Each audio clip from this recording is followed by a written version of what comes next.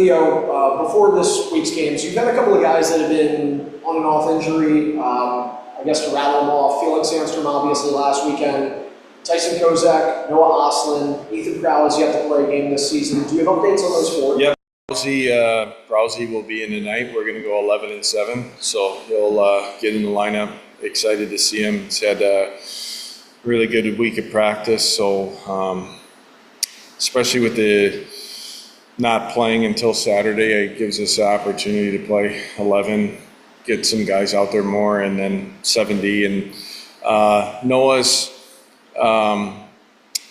doing well. He's more, I would say, week to week. Cozy's more coming. There's a good chance sometime next week he can get back in. And then Sandy's, I would say day to day, he's progressing nicely. House is going to go tonight. Vernon is going to back up. But he's, hopefully by the end of the week, if all goes well, he'll be cleared. Sandstrom, and we know Sandstrom is upper body, right? Kozak and Oslin? Oslin is upper body, and then Kozak is lower body. Let's talk about Ethan Proud. How important is leadership on the team? That's one of those things you can't teach. No, he's been a really good player in this league for a long time. Even in the preseason, having never coached him, he gives some poise and composure back there. He can move pucks. He's really smart. Our decor has been good, but he brings some stability. Possibly an opportunity to. He's been a really good power play player in this league for a long time. There might be a chance he gets out there with one of the units, but we're really excited to have him back in the lineup. In this season yet, but I mean, we're all around. You can see he's still in the locker room. He's still around the guys. How important is it to have that? Yeah, no, it's really important.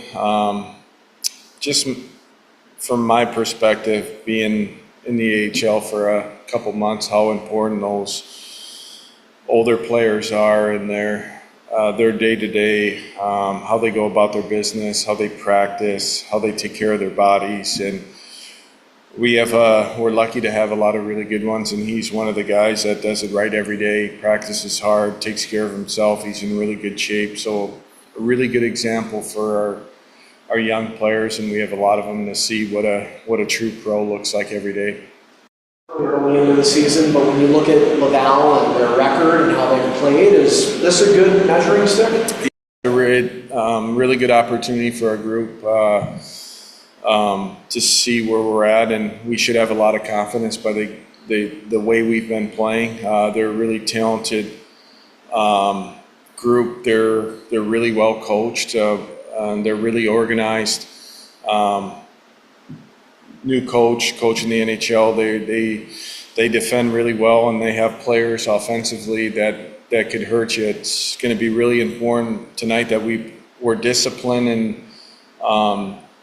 not just taking penalties, but discipline in the game. There can't be any easy offense because they could really hurt you off the line rush, and we got to make sure we're playing a predictable game and we're putting pucks to areas where making it really hard on them. And another thing is, they're offensive, but try to have them defend. I think that's the goal for us tonight, is put a lot of puck pressure on them, and it should be a really good test for our group.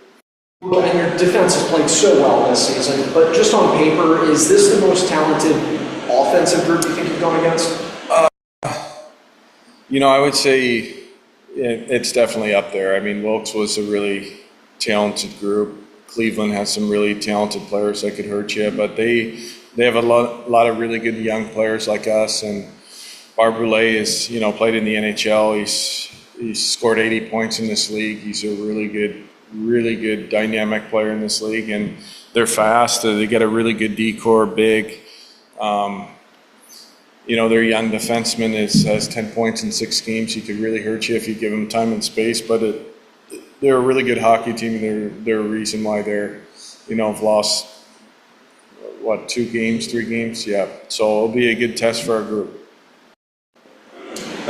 Needing a bounce back from last game, so what is it you need most to correct from last game to this game?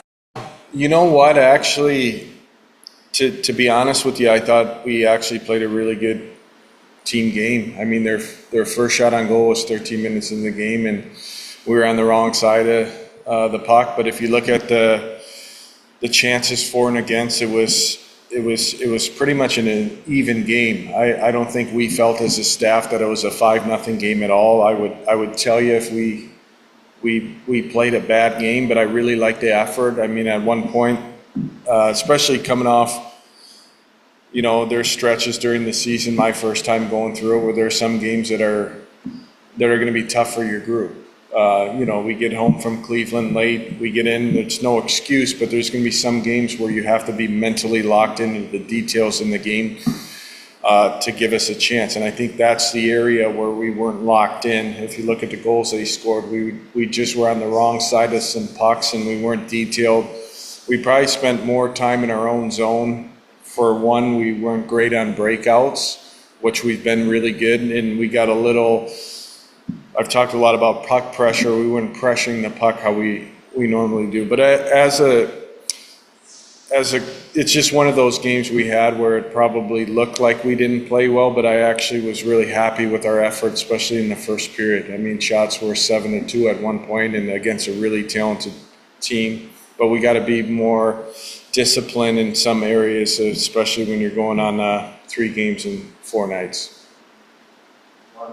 Thank you.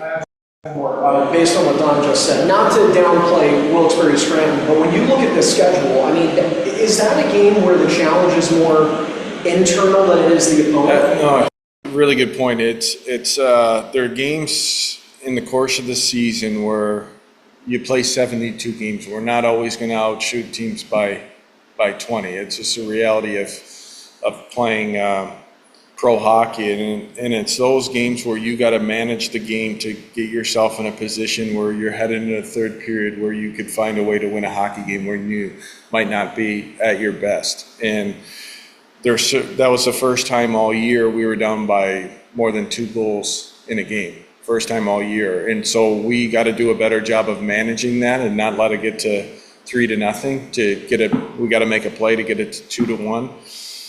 But it's more mentally you have to be really locked into your details of when you're playing games like that, where you have to be, you might not be able to have it, but you can control your effort, your compete level, and your details of your game. And just small things of, a set forecheck. We were doing things that were not part of our game plan, or we're getting on the wrong side of the puck on a D-zone losses where we were just executing at a high level, which we have been.